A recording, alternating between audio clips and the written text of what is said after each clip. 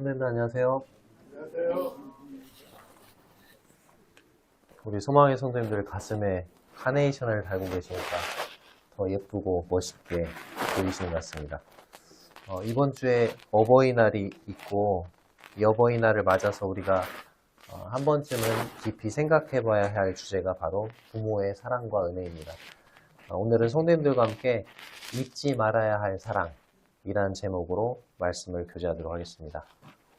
어떤 사랑이라고요? 네, 잊지 말아야 할 사랑. 먼저 첫 번째로 성도님들에게 드리고 싶은 말씀은 부모의 사랑은 하나님의 사랑을 비추는 거울이라는 것입니다. 부모의 사랑이 뭐라고요? 하나님의 사랑을 비추는 거울이다. 부모의 사랑을 거울에 이렇게 비춰보면 그 속에 누구의 사랑이 나타나 있는 거예요? 하나님의 사랑이 나타나 있다는 것입니다. 우리 먼저 사무엘하 18장 5절을 찾아서 읽겠습니다. 사무엘하 18장 5절입니다. 구약성경 493쪽입니다.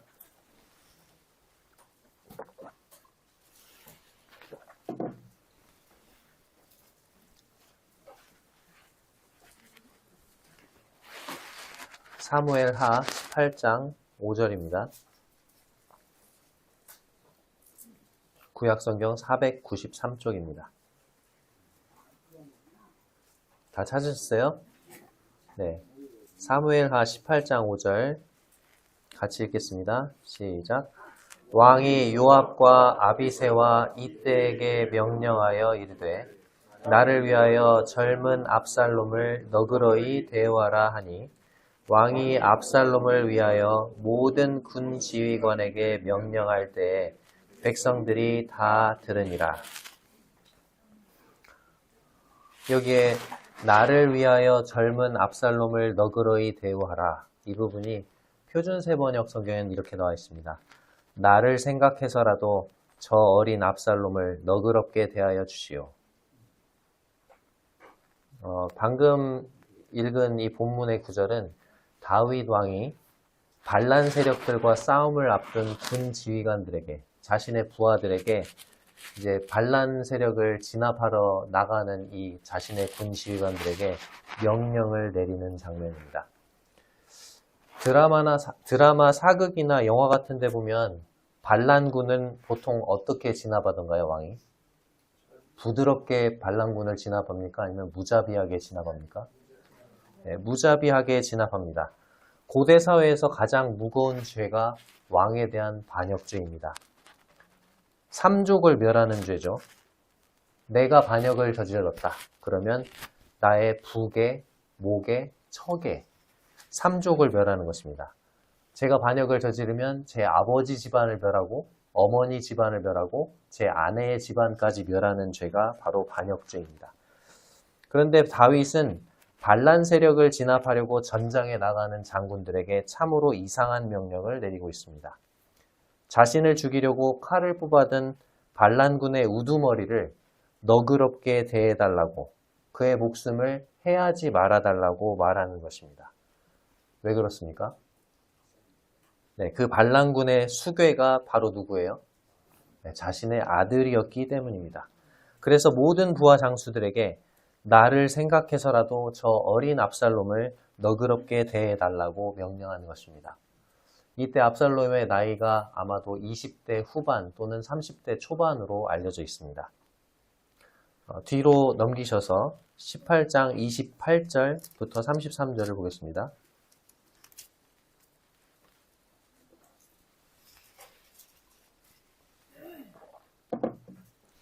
사무엘하 18장 28절부터 33절까지 교독하겠습니다. 제가 먼저 읽습니다.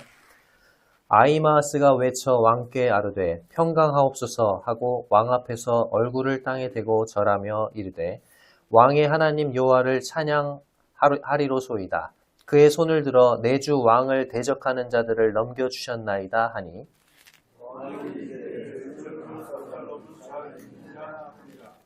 아히마아스가 대답하되 요압이 왕의 공중을 내리되 그의 소망한 것을 보았사오나 무슨 일인지 알지 말까 하니 왕이 이르되 물러나 거기 서 있으라 하매 물러나서 서 있더라.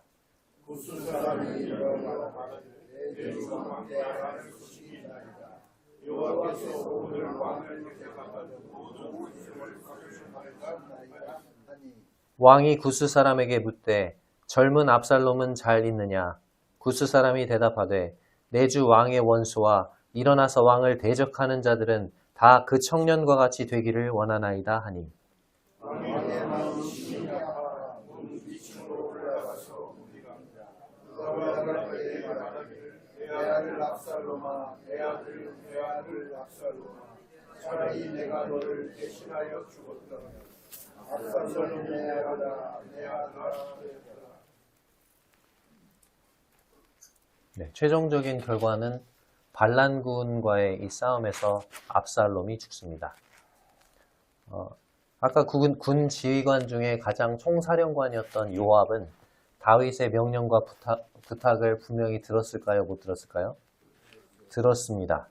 그러나 반란군을 진압하는 가장 효과적인 방법이 뭘까요? 네, 반란군의 수계를 죽이는 것이었습니다.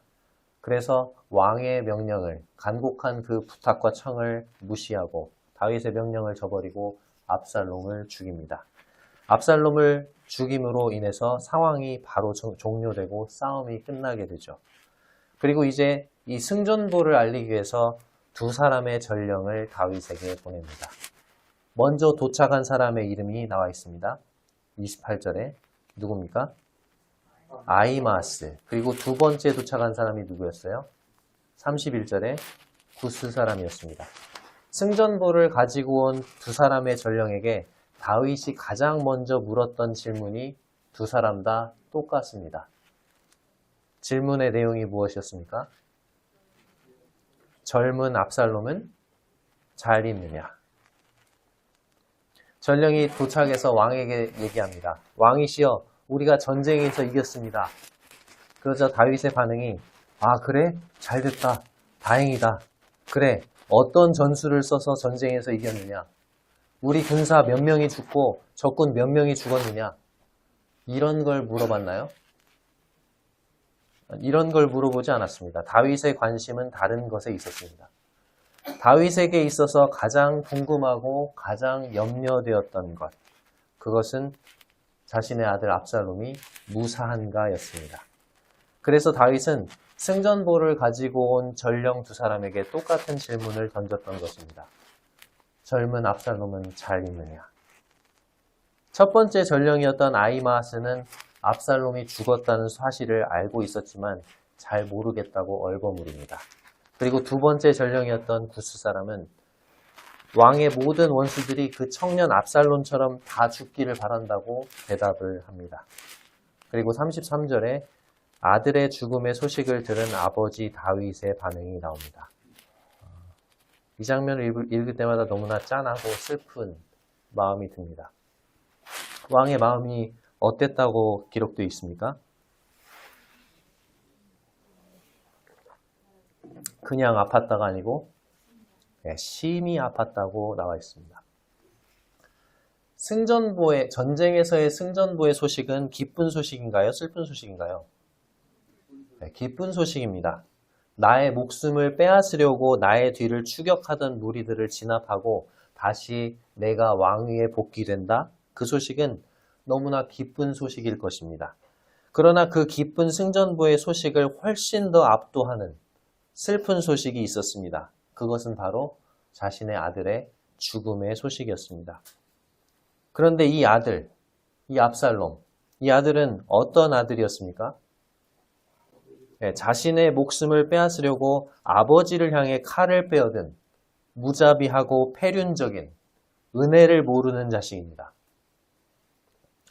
그런데 성도님들, 이 세상에 불효자가 죽었다고 기뻐할 부모가 있을까요?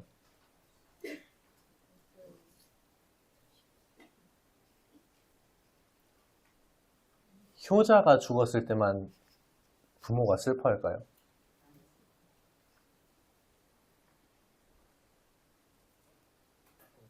오히려 불효자가 뭔가 사고를 당해서 죽었을 때 부모는 그 불효자가 잘못해서 죽음을 자초했는데도 불구하고 그 상황이 마치 자신의 잘못인 양 더 마음 아파하고 미안해하는 것이 부모의 마음입니다.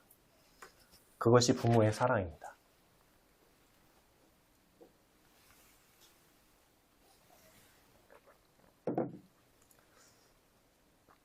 우리는 살아가면서 이 세상에서 참으로 많은 사랑들을 경험합니다. 친구의 사랑, 배우자의 사랑, 자녀의 사랑도 있습니다. 그러나 그 모든 사랑 가운데서 가장 오래되고 가장 조건이 없으며 가장 희생적인 사랑이 있다면 바로 그것은 부모의 사랑일 것입니다. 그런 점에서 부모의 사랑은 하나님의 사랑을 비추는 거울과도 같습니다. 성경은 하나님의 사랑을 설명할 때 종종 부모의 사랑을 비유로 사용합니다. 이사야서 49장 15절을 보면 이렇게 말씀하죠. 여인이 어찌 그 젖 먹는 자식을 잊겠으며 자기 태에서 난 아들을 긍휼히 여기지 않겠느냐. 그들은 혹시 잊을지라도 나는 너를 잊지 아니할 것이라. 우리 인간이 이해할 수 있는 수준에서 가장 강력한 사랑이 누구의 사랑이에요? 네, 부모의 사랑인 것입니다. 특별히 이사야서 49장에서는 어머니의 사랑을 끌어와서 하나님의 사랑에 대해 말씀하십니다.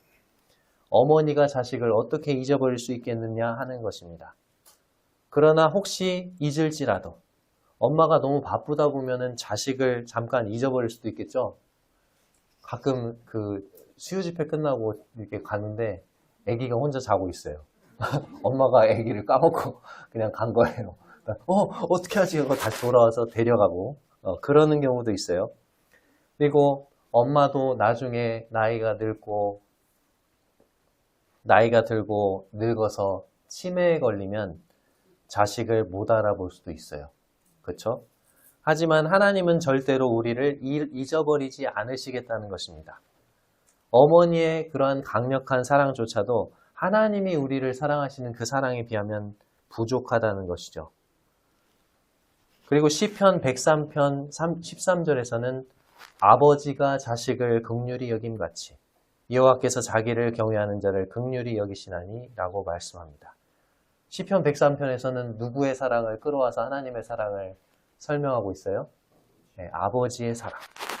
하나님을 경외하는 자를 하나님이 긍휼히 여기신다. 마치 아버지가 자식을 긍휼히 여기듯이. 성도님들, 부모의 사랑은 단순한 감정이 아닙니다. 부모의 사랑은 하나님의 사랑을 이 땅에서 보여주는 가장 가까운 모습입니다. 부모는요, 자녀가 잘못해도 쉽게 포기하지 않습니다. 자녀가 실패해도 끝까지 기다려줍니다. 자녀가 돌아오면 조건 없이 품어줍니다. 누가복음 15장의 탕자의 비유에서 아버지는 집 나간 아들을 기다리죠. 그리고 그 아들이 돌아오는 순간 모든 체면을 버리고 버선발로 달려가서 그 냄새나는 아들을 안아주는 것입니다. 이 모습은 단지 하나님만의 모습이 아니라 이 땅의 수많은 부모들이 실제로 살아내고 있는 모습입니다. 부모는 자녀를 위해서 자신의 시간을 희생합니다. 자신의 꿈을 내려놓습니다. 그리고 때로는 자신의 삶을 포기하면서까지 자녀를 세워갑니다. 이 부모의 사랑은 계산되지 않습니다. 그 사랑은 조건이 없습니다. 그 사랑은 설명할 수 없을 만큼 깊습니다. 얼마 전에 제가 접하게 된 시 한 편을 성도님들에게 소개해 드리겠습니다. 방송실 시 좀 띄워주세요.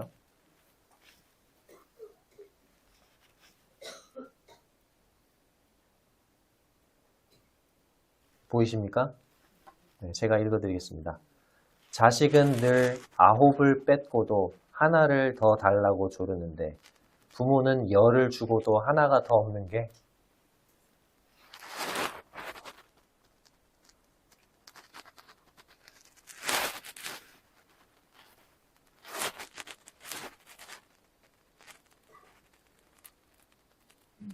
부모는 10을 주고도 하나가 더 없는 게 가슴 아프다.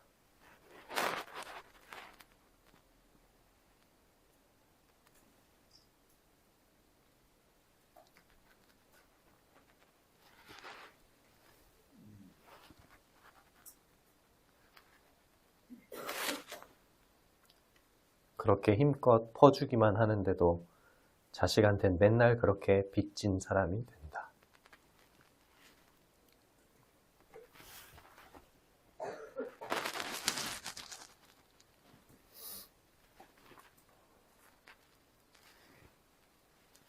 이 시를 보면서 제가 어릴 적 읽었던 아낌없이 주는 나무라는 이야기가 떠올랐습니다. 성도님들, 아낌없이 주는 나무라는 이야기를 아시나요?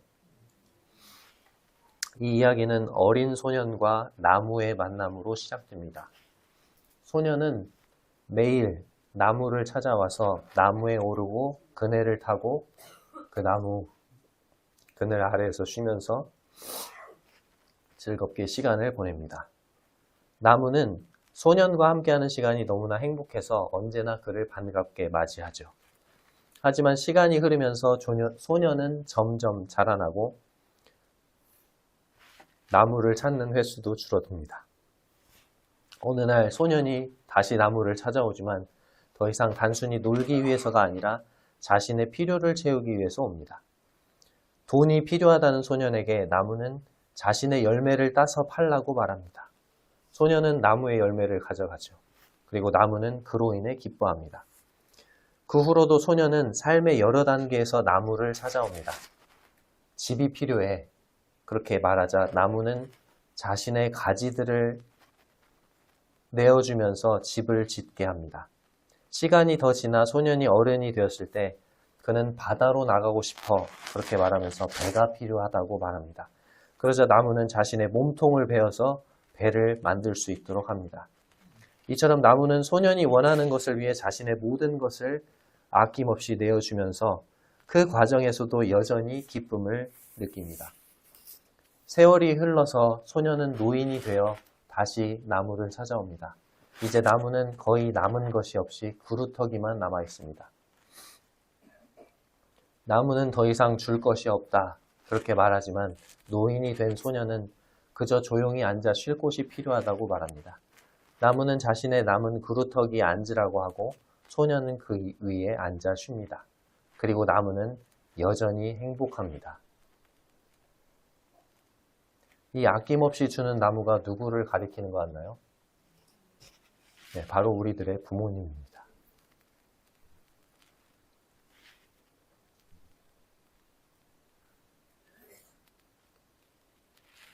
이 나무에 조건 없이 주는 사랑과 희생이 바로 우리 부모님들의 사랑을 닮았습니다. 그리고 이와 같은 조건 없는 사랑과 희생은 바로 우리를 구원하시기 위해 자신의 모든 것을 아낌없이 내어주신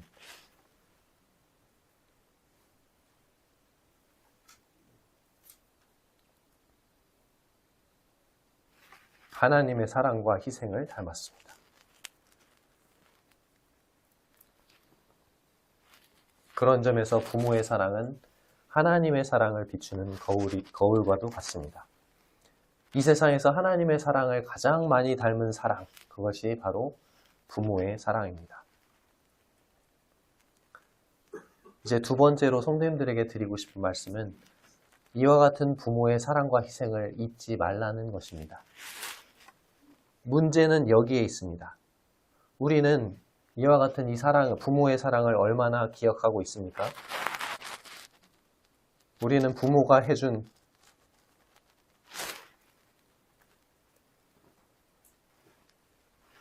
100가지는 쉽게 잊어버리면서 부모가 해주지 못한 한 가지는 오래 기억합니다. 부모의 희생은 당연하게 여기고 부모의 부족함은 쉽게 판단합니다. 어릴 때 우리를 키워주기 위해 밤잠을 설치던 부모의 모습은 잊어버리고 한 번 서운했던 말은 오래 마음에 담아둡니다. 그러나 성도님들, 어떤 부모도 완벽하지 않습니다. 부모도 연약한 인간입니다. 부모도 처음부터 부모가 아니었습니다. 그들도 부모가 된 것이 처음이었습니다. 그럼에도 불구하고 분명한 사실은 이것입니다. 부모는 우리를 위해 자신의 인생을 내어준 사람들입니다. 오늘 우리가 이 자리에 존재하는 것 자체가 이미 부모의 사랑의 결과입니다. 잠언 23장 22절을 찾아서 읽어보겠습니다. 잠언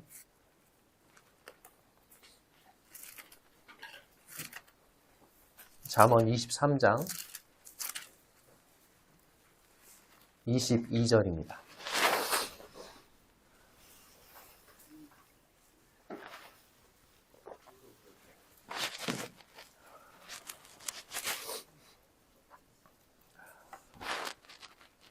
잠언 23장 22절입니다. 구약성경 937쪽입니다. 잠언 23장 22절. 같이 한번 읽어볼까요? 시작. 너를 낳은 아비에게 청종하고 내 늙은 어미를 경히 여기지 말지니라. 영어 성경에는 이렇게 나와 있습니다. 너의 아버지에게 청종하라. 청종이라는 게 무슨 말이죠? 네, 듣고 따르라는 거죠. 아버지의 말씀을 잘 듣고 따라라. 순종해라. 그러면서 뭐라고 했냐면 여긴 너를 낳은 아비에게 청종하고 이렇게 되어 있는데 영어 성경에 이렇게 되어 있어요. 너의 아버지에게 청종하라. 그는 너에게 생명을 준 분이다. 그리고 여기 우리 성경에는 내 늙은 어미를 경히 여기지 말라 이렇게 되어 있는데 영어 성경에는 이렇게 되어 있어요. 너의 어머니가 나이가 들어 늙게 되었을 때 너의 어머니를 무시하지 말아라. 너의 어머니가 나이가 들어 늙게 되었을 때 너의 어머니를 무시하지 말아라. 성경은 우리에게 생명을 주신 부모님의 말씀을 잘 듣고 순종하라고 명령하십니다. 그리고 부모님이 나이가 들고 늙게 되었을 때 부모를 무시하지 말라고 명령합니다. 왜 자녀들은 부모를 무시할까요? 자녀가 성장하면서 부모님들보다 더 이제 힘이 세지죠. 팔씨름을 하면 누가 이겨요? 그 전에 아빠가 이겼었는데 이제 아들이 이기는 거죠. 이제 힘이 세지고 배운 것도 많아지고 그러면서 어때요? 부모님을 무시하는 것입니다. 이제 직장 생활을 해요. 재력이 많아져요. 부모님은 은퇴를 해요. 돈을 못 버시죠. 그러면서 재력이 많아지면서 누구를 무시합니까? 부모님을 무시하는 것입니다. 왜 부모를 무시할까요? 자식이 성장하면서 자신이 어렸을 때 베풀어 주신 그 부모의 사랑과 은혜를 잊어버리기 때문입니다. 우리는 부모의 사랑을 정말 쉽게 잊어버립니다. 너무 익숙하기 때문이죠. 너무 당연하게 여기기 때문입니다. 마치 공기처럼 물처럼 항상 우리 곁에 있기 때문에 그 소중함을 잘 느끼지 못합니다. 어릴 때는 부모의 사랑이 너무 커서 잘 모르고 성인이 되어서는 바쁘다는 이유로 돌아보지 못하고 나이가 들어서야 그 사랑의 깊이를 깨닫지만 그때는 이미 표현할 시간이 부족해지는 경우가 많습니다. 에베소서 6장 1절에서 3절은 우리에게 이렇게 말씀합니다. 자녀들아 주 안에서 너희 부모에게 뭐하라고요? 순종하라. 이것이 옳으니라. 내 아버지와 어머니를 공경하라. 이것은 약속이 있는 첫 계명이니 이로써 네가 잘되고 땅에서 장수하리라. 하나님께서 우리 인간들에게 주신 10계명 가운데 처음 4가지는 누구와의 관계에 관한 거죠?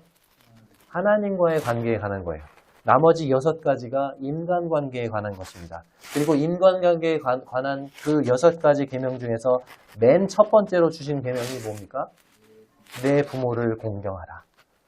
왜 인간관계에 관한 계명 중에서 맨 첫 번째로 부모를 공경하라는 계명을 주셨을까요? 이것은 모든 관계의 출발점이기 때문입니다. 가정은 모든 관계의 시작입니다. 부모를 공경하지 못하는 사람은 다른 관계에서도 건강할 수 없습니다. 둘째로 이것은 신앙의 기초이기 때문입니다. 보이는 부모를 공경하지 못하는 사람이 보이지 않는 하나님을 공경할 수 없습니다. 그것은 모순입니다. 그리고 이것은 축복과 연결되어 있습니다. 성경은 분명히 말씀하시죠. 이로써 네가 잘되고 땅에서 장수하리라. 하나님께서는 우리가 부모를 공경할 때 그 삶에 분명한 복을 약속하고 계십니다. 왜냐하면 이것이 하나님이 가정 가운데 세우신 질서이기 때문이죠. 그리고 그 질서를 따르고 순종할 때 하나님은 우리에게 복을 약속하십니다. 마지막으로 영상을 하나 보고 마치도록 하겠습니다. 영상을 방송실 띄워주세요. Do you know who I am, though? Who? Kelly. How are you feeling today? How are you feeling today? Do you know you're my mama? You do?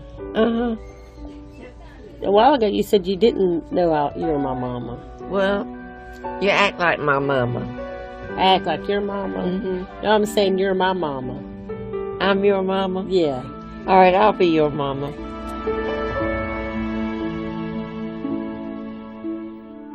Now, do you think that I would lay here with just anybody? No. I think you want to have to love them if they want to. Yeah, you do have to love them to lay down with them like this. Yeah, And I love you, Mama. I love you.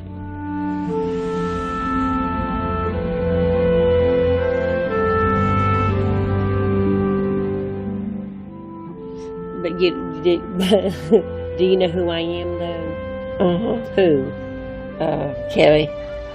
Yes, Mama. Yes, I am Kelly. Yes, Mama. Yes, I am Kelly. Well, I love Kelly. And didn't I name you Kelly? Yes, you did. Well, I love you, Kelly. I love you, Mama. I thought a while ago you didn't know who I was. I know it well. It was something because, yeah. What are you thinking about right now? Well, I'm loving you. I'm loving you too, Mama. Oh, well, we're both doing the same thing, aren't Yeah, we are. Oh, isn't it wonderful? Yes, it is. I Uh-huh. love you, Mama.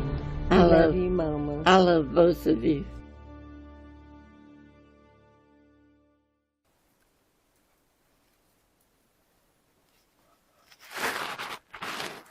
이 영상을 보면서 떠올랐던 생각이 있습니다. 그것은 엄마가 지금 치매에 걸렸잖아요. 딸을 못 알아보죠. 그래서 아까 그 말씀이 떠올랐었어요.